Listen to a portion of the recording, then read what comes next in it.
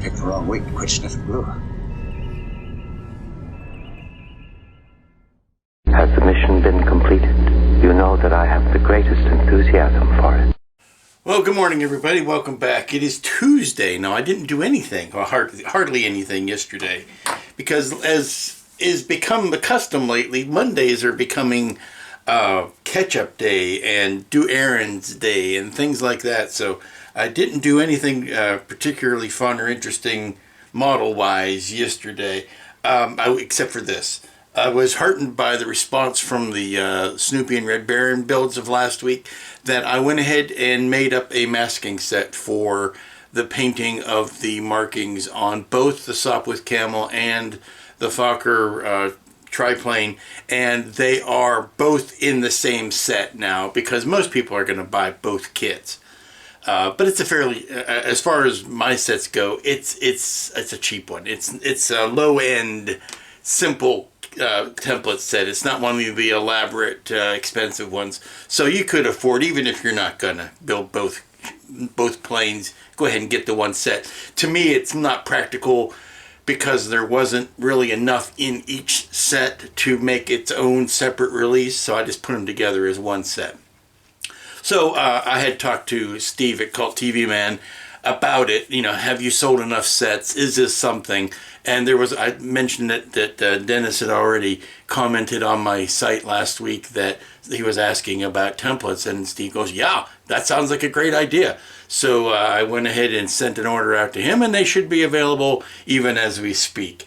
So that was what I finished that up over last weekend and got those out the door yesterday.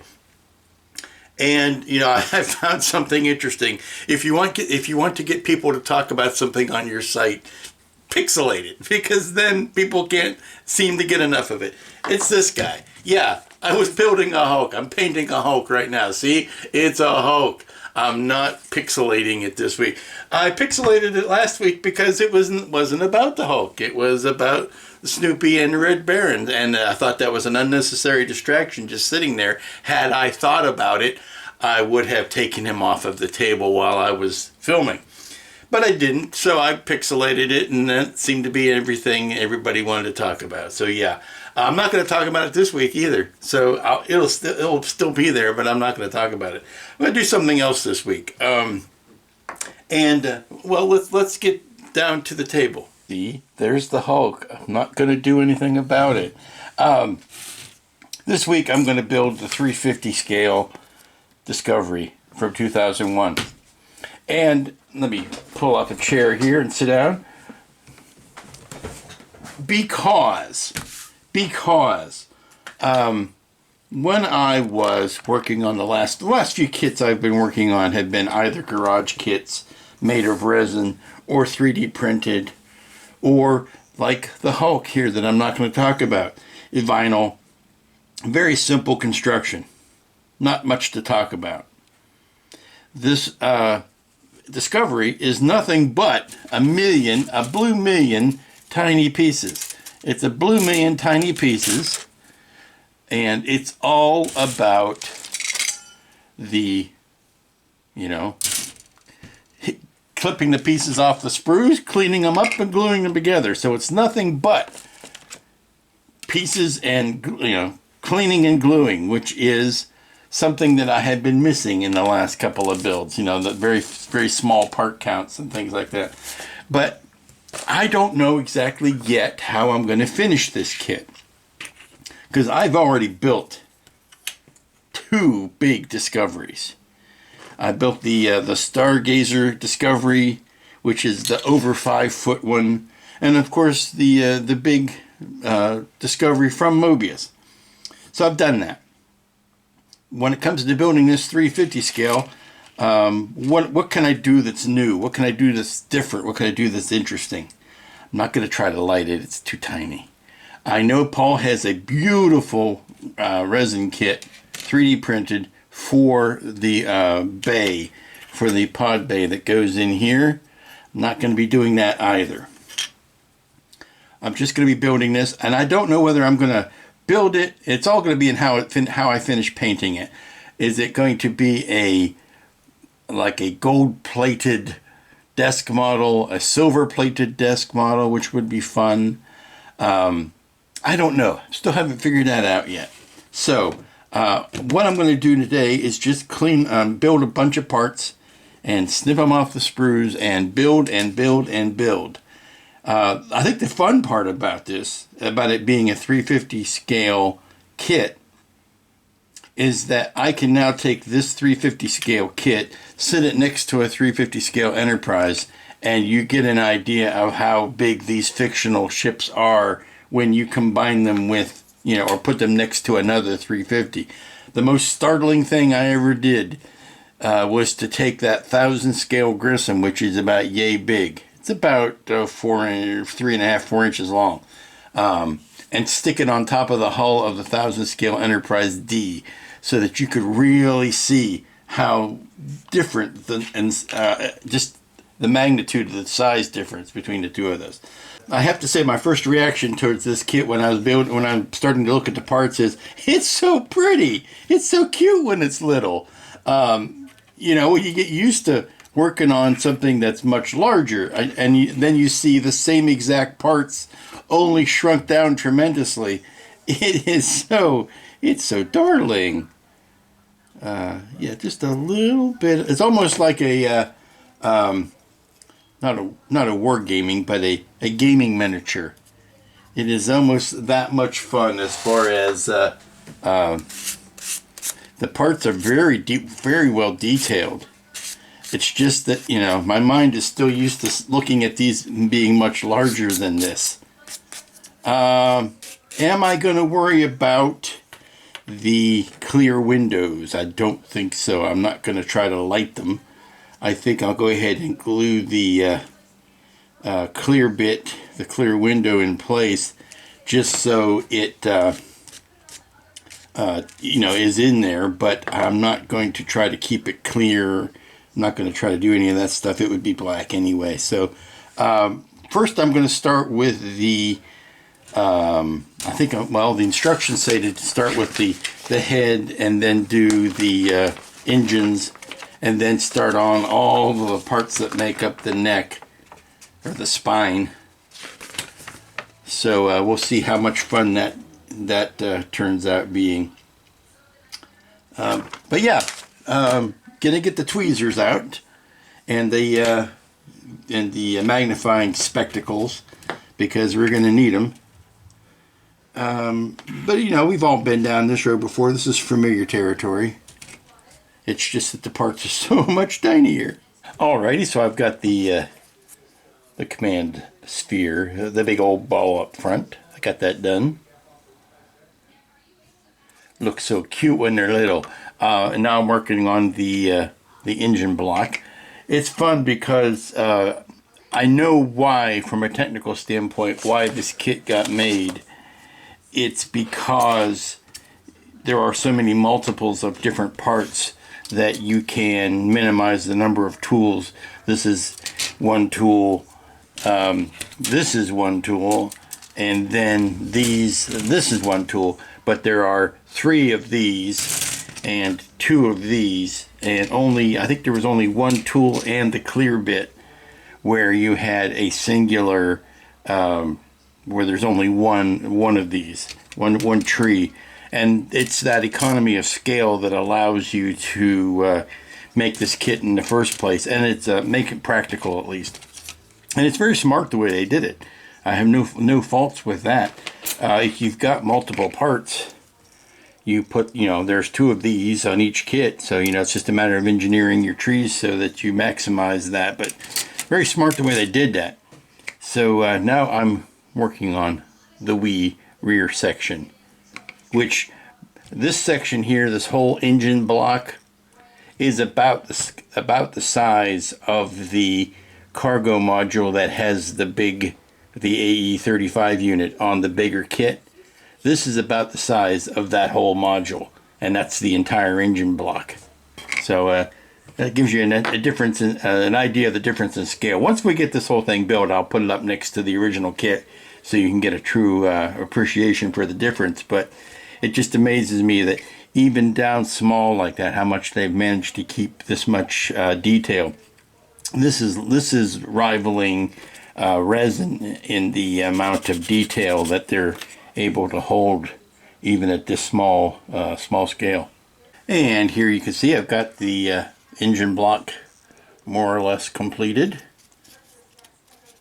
These, I tell you what, these were fun to put around. People ask, this brings up a good question. People ask me, hey, I'm just getting back into the modeling hobby, and I want to set up a toolkit. What should I put in my toolkit to start with? Well, you know, I'm not a big fan of going out and buying one of everything just so you can have it for your toolkit, so that your tools look nice and shiny and all matched together and all that kind of stuff. I'm more of the school of thought that says buy the tool you need to work on the kit you're working on, and then when you get onto the next kit, buy the tools you need for that kit. I think that way your toolkit will, or your tool stash will, grow organically. It won't be it'll be the things you need, not the things that are in a matched set, if that makes any sense. So if you don't have one already, the things you need for this kit: good pair of tweezers, an excellent sprue cutter that is very sharp, brandy new, very pointy. I've seen ones that are a lot more blunt than that. You want one with a very as long a nose as you can find on it, and as high a grade as you can find, because you will be snipping a buttload of parts off of these sprues, and you're going to want to have a very sharp sprue cutter to do that with. Some folks will put their part down on a mat like this and take an X-Acto and cut them through that way. That works if you can get your parts very close to the mat when you are cutting them. Sometimes that's not all that feasible, and you need a good and then you need a good pair of sprue cutters. Don't use these to cut wire. Don't do that. You go get a small wire cutter, a set of wire cutters for that, because nothing ruins a sprue cutter or a pair of scissors faster than cutting something it's not designed for. So that's my message for today. And oh, by the way, paint is the same way. People say, oh, I've got to go out and buy one of every Tamiya color that they make just so that I have it when I need it. Well, that's wasteful. Buy the colors that you're going to need for the thing that you're painting at the time, and then fill in between with the next job that you're doing. But that's my philosophy on how to acquire a organic stash of tools. Now we're coming down to doing the thrusters, the main engines, and that's these parts on the sprue. And because there are 3 of them, there's one set on each of the 3 sprues here, or the 3 trees here. And I gotta tell you, I think they were padding here. There is, you could have cast these as singular pieces or right and left halves of an engine and be done with it. I don't know why they felt the need to make these as elaborate as they do. Sometimes I'll get on Bandai's case for this, where I think they have just overshot the number of parts you need simply to increase their part count. But in this case, they may have just taken the larger tool and planographed it or whatever down to a smaller tool and just kept the same pieces, which would account for the same same number of parts. Okay, I was building up the engines and I was wondering something was not hitting me right. I was wondering why they had to do all of this but not put the end plate in. So I'm thinking, you know, this little guy here, the end plate that goes in the back. And I figured that would be part of these instructions, but no, they want you to wait on that, and they want you to do almost all of the other construction and then put those in last. And I can see why, because it could be kind of confusing. Of course, all they really needed to do would be to key the parts. But They want you to make sure that the engines are one over the other and not side by side.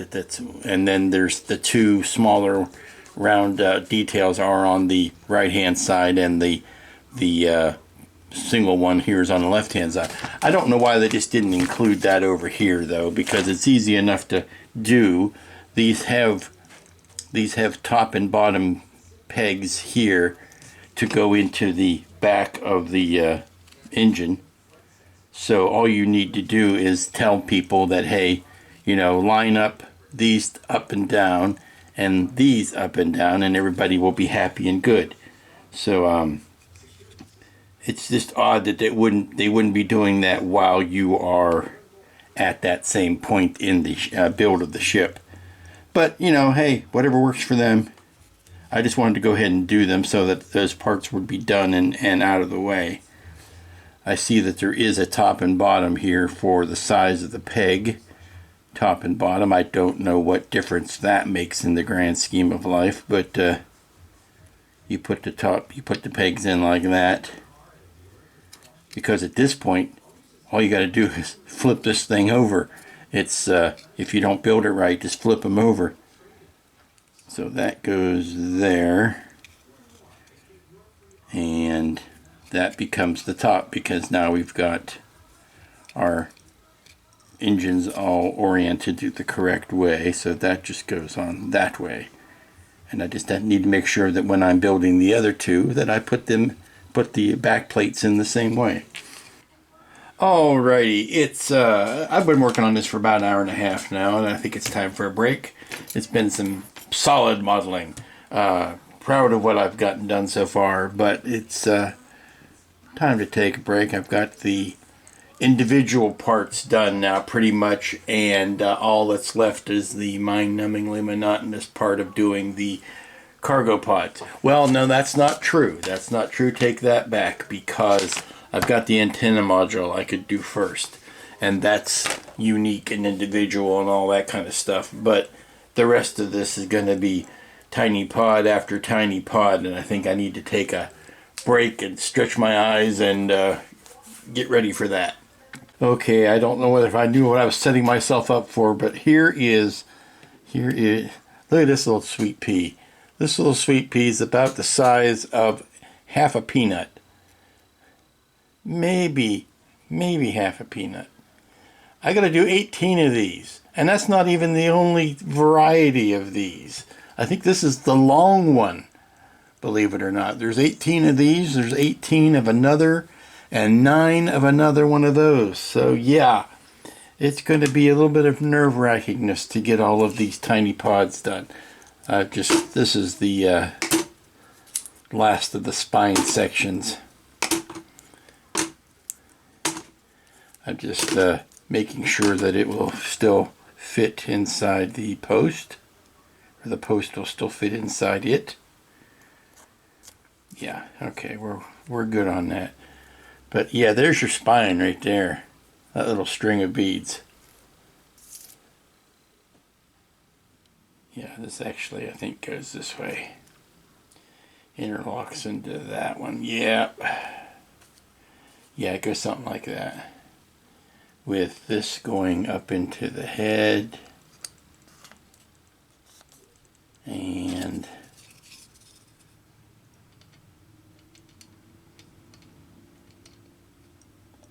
that going something like, oops, see if we can get this to fit in here. Hold the phone. There you go. Ooh, and coming out the other side. We'll get that to fit, but there's your length right there. And the million tiny boxes are next.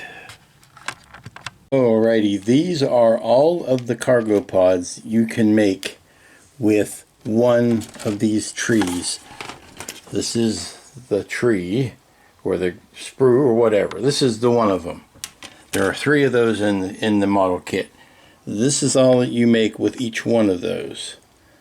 This little bugger here, the smallest one, is still made up of 2 pieces. As small as that is still made up of 2 pieces. All of these are made up of 2 pieces each. Good Lord, that's tiny. My fingers are cramping up. I'm getting too old for this shipment. Yeah, that's some tiny model work there. Let's see, you got the rest of the pieces, you saw those. I'm going to take myself a good long break before I do the next one, the next group of that. Okay, it's Wednesday. It's day 2 of Cargo Pod Palooza. As you can hear the ever-present sound in the background of the plotter, that means I've got business going on, so I've got to work in and around that. I'm caught up with everything to this point, so I am free to do another set of these tiny, oh so tiny, oh my god are they tiny, cargo pods. And I'm working on the smallest of the small right now. Believe it or not, all of the work I did yesterday only amounted to that. And I've got one more tree's worth of parts to do, and then I can start wrapping them around the spine. Won't that be fun? Okay, there's a break in the action here as far as the plotter plotting, so I could catch you up on what's going on with the wee Discovery, the tiny Discovery. I started doing the laborious, monotonous, head-scratching work of putting on the cargo boxes to the spine. And there's 2 schools of thought about how to do this. One says do each circumference at a time and then work your way back or forward. I prefer to do all of the bottoms at one time. I just went through and looked at all of them. They're very laid out once you understand the key. And the key is red, green, and blue. And I'm doing the blue, which are the bottom.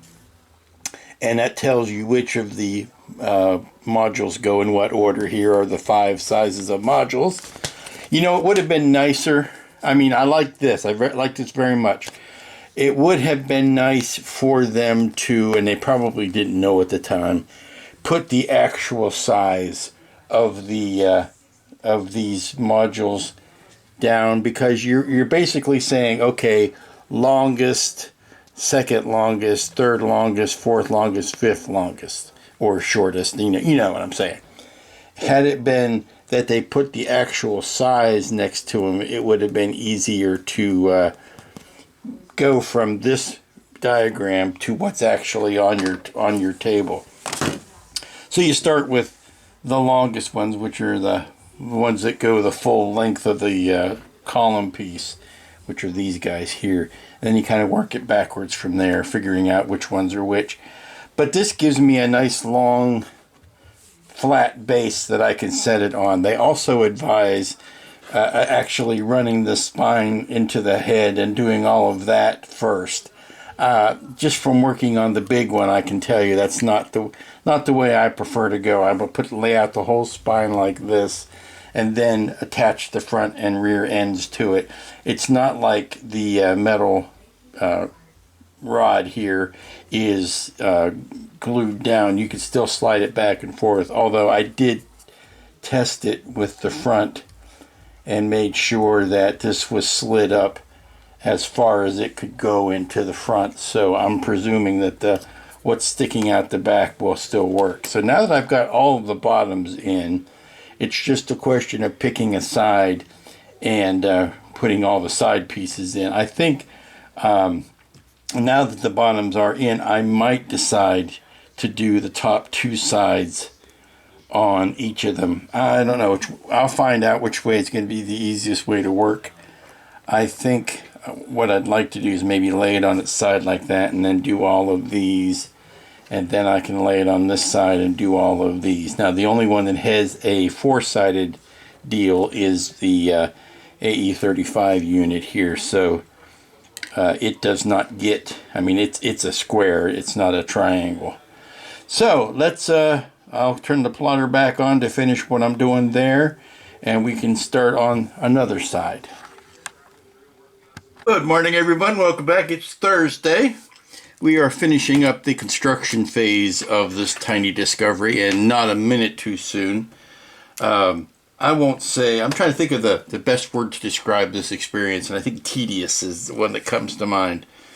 It's repetitive, yes. It's exacting. It will tax your hand-eye coordination. If you have big fat baloney fingers like I do, it is not the easiest thing to do. But when you're done, actually I have got a little bit of gluing left to do here. But when you're done, you get this nice serviceable discovery that, come on, there you go. Get the head on there. Try to do a little bit of balancing. Look at that, balances right there on the finger. And there you go. I'm just going to do a little bit of twisting here to make sure everything lines up. I'm not wild about the springiness of the spine, but that's the nature of the beast. That is this piece of this metal rod. I don't know that with the limitations of what they could use, that they could have gotten a stronger piece of metal there. Over the length of it, it's going to bow, but you get this, you get the same 3 stands that you get with the larger version. You can support the center and then support the engine module, and you're off to the races. So now what I want to do is finish up the last bit of gluing and hit it with a primer coat, and probably a black primer coat, because that's going to bring out, or that's going to sink into all of the recesses there, and then I can use some grays to bring out the detail after that. We've got 2 tiny details left to go on the Discovery here, and we're coming to a sadness. And that sadness is, I don't think I got all my parts, because I'm looking at the photo etch for the antennas, and I've got this nice little photo etch that does the smaller antenna cross pieces, but I don't seem to have the one for the large antenna. It's not that big of a crime. I can, scratch build something. I'm glad it was the large one. If anything is going to go missing, I'd rather it be the large one, since that's easier to repair or to replicate. But that's no bueno. That's not a lot of fun. So we're going to see what we have to do about that. I am monumentally stupid. I will cop to being monumentally stupid here. The big one is right there in the center. If I've made this mistake, I know several other people have made this mistake as well, so I don't feel too bad. But come on.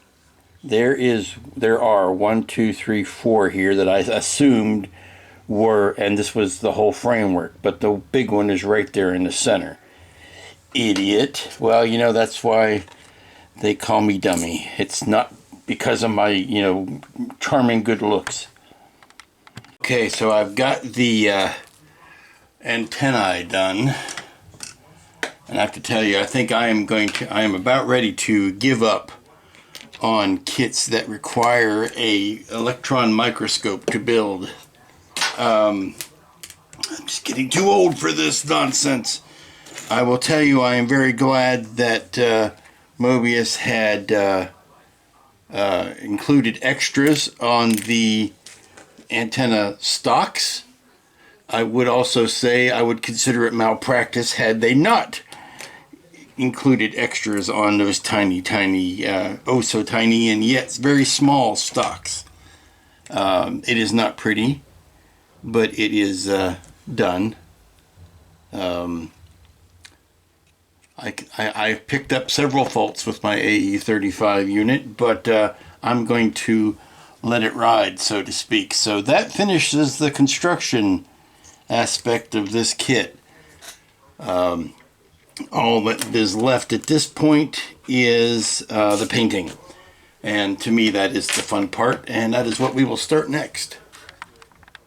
Okay, so the bone is all painted black right now. We're going to let that dry, and we'll come back in and start dusting some light coats of gray over top of it. Well, good morning. It's Friday. It's the last work day of the week, and it's going to be the last work day, I think, on this tiny discovery. Have you ever spent the whole day chasing an idea? I seem to have, I spent way too much time on this idea. I spent the whole morning chasing an idea, and I don't know how successful it's going to be using what I've got on hand. Yes, I suppose I could go out to the World Wide Web and order the exact thing that I'm looking for, even though I don't know exactly what that is. But I pride myself on trying to do what I can with the stone knives and bear skins I've got around me. And here's the idea, and it's a moderate success. And I'll let you see what you think about it. Now it's very cumbersome because I've got a battery just being held on. But there's the idea. Now anybody who's seen 2010 will know what this is. Now it's noisy, it's a little fast. I have to go back and check the film again, but I think that's a little fast. I've got this Planetary Gear stepped down as it's like a 400 to 1 ratio. It's as slow as I can get it to go. And it's on a single volt and a half battery, and it's normally a 3-volt motor, so it's not going I'm trying to slow it down as much as I can is what I'm saying. And as the battery dies, it will eventually get slower until it stops. But that's the idea I'm shooting for. I still want to go ahead and paint this thing up as the 2010 version, because I've done enough versions of it in from 2001. But I want to go ahead and put the yellow rust-colored, sulfur-colored coat on top of this. But if I never get it mounted to a base, I want at least it to exist on this video. So we'll see if we can carry it any further than this. Okay, so I've just gone back and put a successive lighter coat of gray on top of this, and one of the things you think about when you're doing this discovery, that it's very, very fragile right through here. But when it's the only ship in the movie, and you look at it like that, you think this thing must be huge. This must be a beast of a ship if it were done in real life. And then you realize, okay, this is 350 scale. What other 350 scale kits do I have in my possession? And first thing you want to put it up against is the classic Enterprise. Well, let me show you how this works out when you do that. Here is the 350 scale Enterprise. I have moved it into here from the other room so that I could move the 350 scale E into the other room. That's where it used to sit. So this is the 350 scale Enterprise. This is what a 350 scale Discovery looks like next to it. It is exactly as long as the nacelle. So if you could picture two of these Discoveries powering the Enterprise with that's the size of the engine on the Discovery versus an entire nacelle. It is about exactly the same length. Kind of puts the whole thing into perspective. I got to do something about this base. Either I'm going to put it on the swingy base or do something. But these little stands are just not doing anybody any favors. I wish the fine people at Mobius would have made a connecting thing that goes between these three stands. Wouldn't have taken too much energy to do that. But something that I could just pick this up and sit it down on. Because those tiny little stands are they're not cutting it. I'm just taking some stiff plastic card, and I am putting some indications of plating on this. It does not have to be accurate. It is nowhere near as controlled as the larger scale ones that I've done. Basically all I'm doing is trying to add some breakups of the gray, and then I can go back in and I'll do a one coat pass of a white, almost of a very light gray at least, to blend some of this back.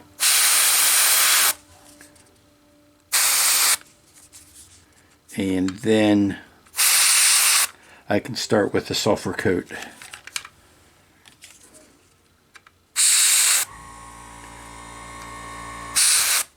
See, I'm just trying to throw in some interest, and then I can blend all that back out. It helps very much if you do not glue it at this point. I'm going to do the same back here on the tail end. This thing is just very cumbersome to work with. It's because of how flimsy it is in the center. But I'm just taking, you know, just a little here and there.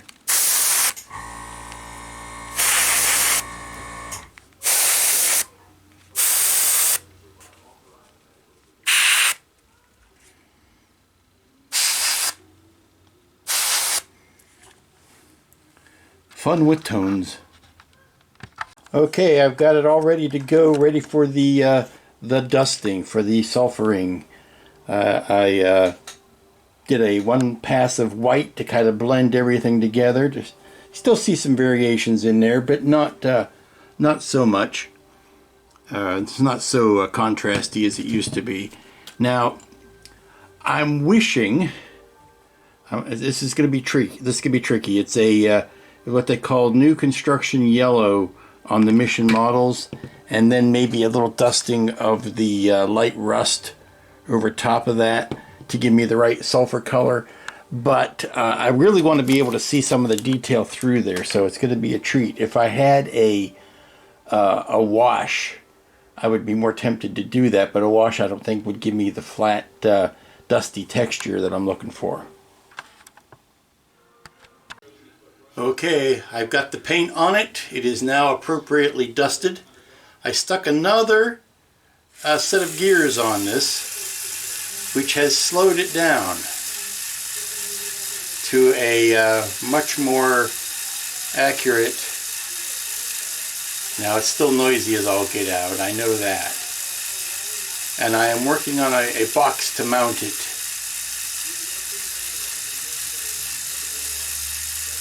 And I think we've got it. I think we've got it. Again, you can see how dusted and sulfured it has gotten. This is the box, by the way. Say hello to everybody. Hello, box. And I'm going to sand this down. I got to clean it up a bit, paint it black.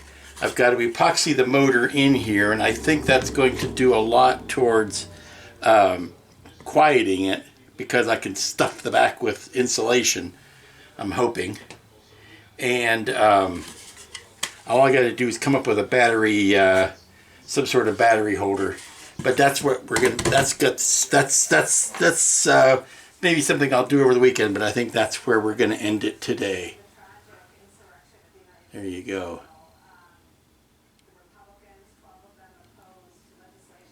That's gonna bring us to the end of this kind of shortish week. There's your tiny discovery. Like, again, I was surprised when I saw that this is about the exact same size as a single Enterprise nacelle. You get the impression from watching 2001 that this is an enormous ship, that it is really huge. It's that long tracking shot that makes it look so long. But no, if you believe this is 350 scale, and you believe that Enterprise is 350 scale, pointing right over to it, then this being as long as a single nacelle would make for an interesting scratch build. Just two Discoveries joined with some pylons to make an Enterprise. But that's my bit of random fun for the week. So until next week, I will make sure that whatever I do next week, because I don't know what I'm going to do. Whatever I do next week, I'll start it off with a picture of the final spinning Discovery. But I'm certainly not going to take another week to do it. So until next week, when who knows what we'll be building, we might even be building this. I picked this up this week. We may be building it. I don't know. It's from a movie called The Wandering Earth, which is a depressing movie. But it was the cargo, or the iron ore truck which was probably one of the more interesting vehicles in the... I'm starting to do a lot of vehicles. You noticed that lately? Tires? Man. And I've got more vehicles incoming. So until next week, when who knows what we'll be building, y'all be good to each other, be good, be safe, be smart. Be back next week.